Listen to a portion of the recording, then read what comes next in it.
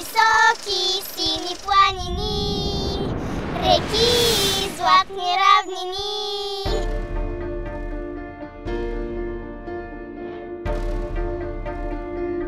С ентусиазъм по 3 открихме третия сезон на Лятното кино. Тази година за път стегнахме не само Лятното кино на БНТ, но и детската ни библиотека. Ще си прочетете ли книжките? Да! Боже, и от фашистско, и от турско е имало кино в Трън, сега няма. И така започнахме размяната. Вашите усмивки за нашите прожекции и книги. Какво беше натам? Забравих го! Започнахме от Трън, Радомир, Бобов дол, а след това Земен и Брезник. Оттам предадохме щафетата на следващия екип.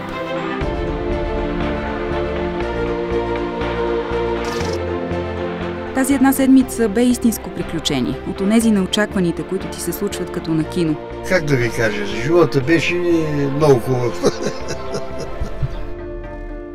А нашия филм беше със специалното участие на Червените рози на Павел Баня, Паметниците на Стрелча, Гайдите на Калофер, Зеленината на Хисаря и Децата на Първомай. Много ми се иска да има лятно кино. Да се възвърне лятното кино, да. И разбрахме едно. Лятното кино не е изчезнало, дори когато физически е потънало в бурени и руини. То живее в сърцата и спомените на хората там, в носталгията по вчера и надеждата по утре. Жив е той, жив е там на Балкана.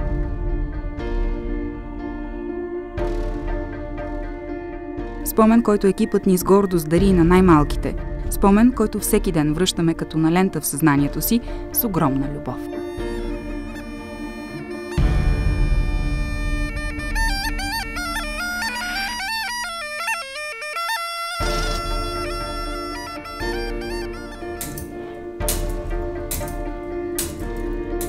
Нашата лента продължи да се върти със своите най-верни герои. Ядки, сладки, сладки, ядки, купете се, хъпнете се.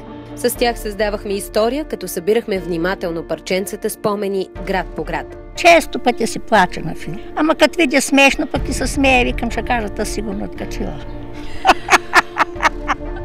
Надникнахме в най-ценните съкровищници и оставихме нещо за бъдещето. Спечелихме рекорден брой зрители и нови читатели.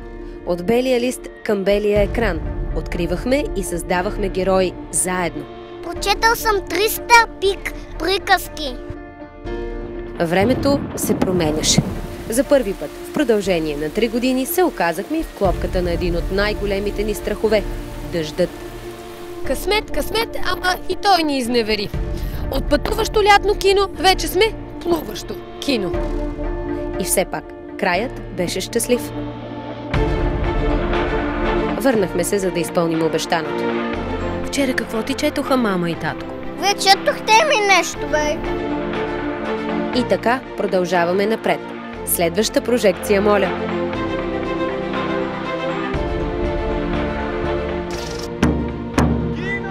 Хайде на кино! Продължихме към Старопланинското Горково.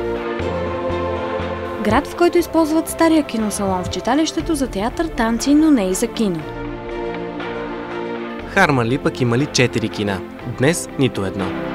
Виж къде е вълка. Ето е вълка, виж кумали са. С трактор стигнахме до Елхово, където ходят на кино още от Втората световна война. За да гледаш един филм, не само картинките, ти взимаш част от него. А в Тополовград не минават влакове, защото хората избрали читалището с кино, пред това да си имат гара. Като излязаха телевизорите, мали салона празен. От 300 жители в село Граматиково на кино дойдоха 400. С финала на юлския си тур пътуващото ни кино стигна до своята най-южна точка – Малко Търново.